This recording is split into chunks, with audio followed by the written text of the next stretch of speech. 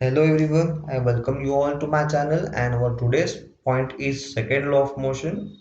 The previous video about momentum, therein we have learned momentum is given by P is equals to mv. Means momentum is a product of mass and velocity.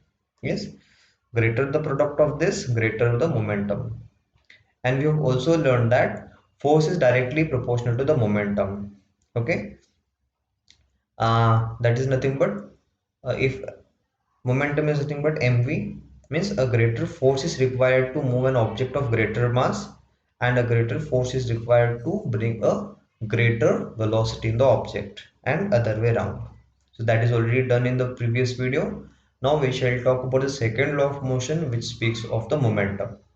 So you can see there is a box placed here of mass 10 kg at rest. So the initial velocity is 0 meter per second.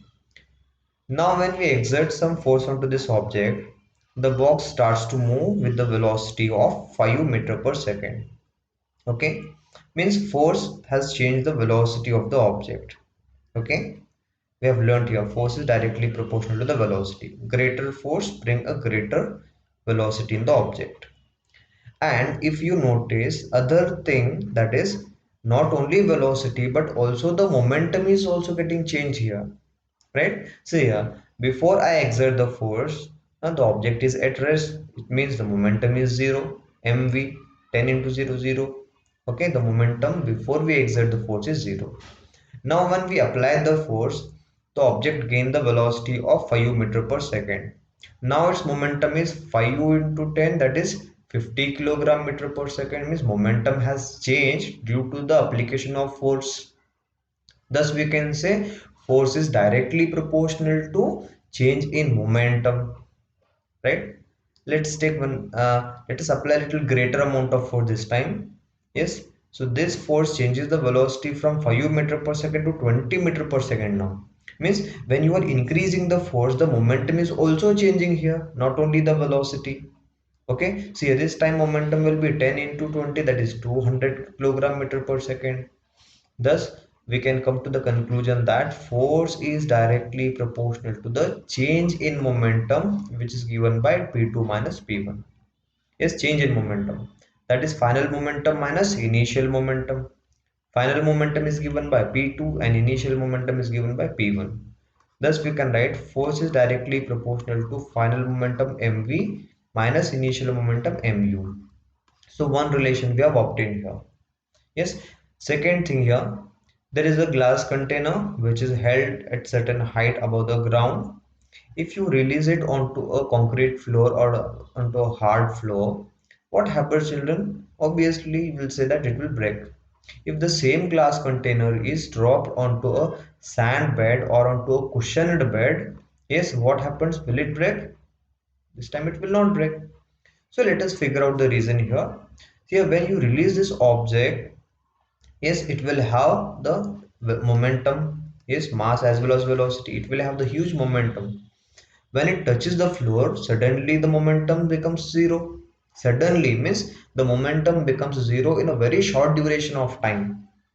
See here, when momentum changes to zero in a very short duration of time, then the impact on the object will be very huge. Yes, the impact on the object will be very huge. Due to that greater impact, the glass container will break into the pieces. Now, what is happening here is no doubt the upon releasing it, it will also have the huge momentum. But as soon as it touches the sand floor or the sand bed, what happens? Slowly it will get inside, which means the momentum is changing slowly, right? Momentum changes slowly to zero.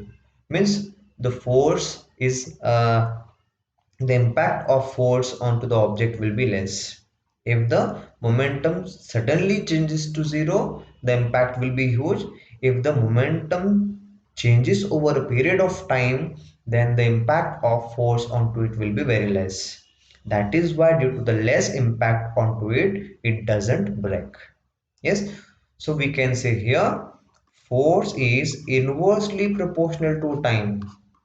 Yes, means if force is acting for a longer time, its impact will be less. If the force is acting for a shorter time, its impact will be less. Yes, its impact will be more.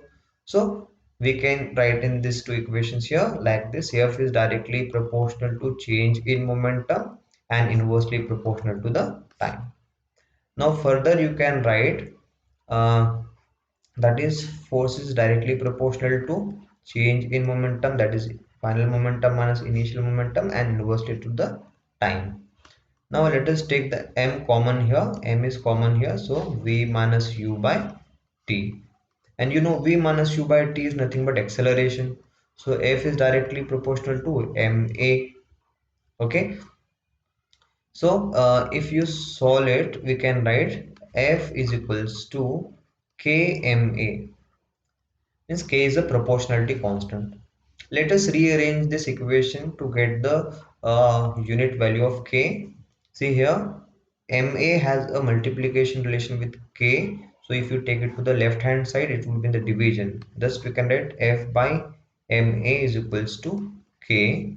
See here, if 1 Newton of force is exerted onto the object of mass 1 kg, which bring an acceleration of 1 meter per second square, then 1 by 1, 1 into 1, 1, 1 by 1, 1, means k value will become 1, k is equals to 1. In that case, we can write F is equals to ma, because k value we have got unit value here 1. Okay, so this is the mathematical form of second law of motion. So now let me state what is the second law of motion. You just observe this figure. I am going to state what is the second law of motion. It tells us the rate, means with respect to time, the rate of change of momentum. Change of momentum is final momentum minus initial momentum. Yes, the rate of change of momentum is directly proportional to the applied unbalanced force. Okay, means greater force acting for the time t brings the greater change in the momentum, and vice versa. So this is the second law of motion. Now let us take the daily life examples of second law of motion here. This one example we have seen here: why it breaks and why does not break here.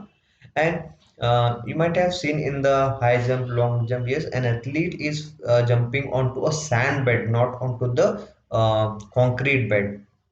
If he is made to jump onto the concrete bed, what happens, children?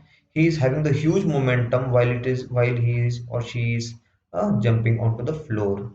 Yes, as soon the athlete jumps onto the, let's say it's a concrete bed, very hard, so the momentum comes becomes zero in a very shorter duration of time. Yes, we know that when the momentum becomes zero in a very short duration of time, the impact of that force will be very huge. That is why he'll get hurt then. Yes, he may get hurt. If he is made to fall or jump onto a sand bed or onto a cushion bed, so once he jump or land onto the bed, slowly his feet get inside the sand. Yes, means force or the momentum is changing over a period of time, so which will have the lesser impact on his feet, so he will not get hurt. So this is one application of the second law of motion in our day-to-day life. And also you might have seen a karate player breaking the brick in one go. Means he is applying a force on the brick for a very short duration of time. You know it very well. When the force act for a shorter duration of time, then the impact of the force will be very great. That is why he is able to break it.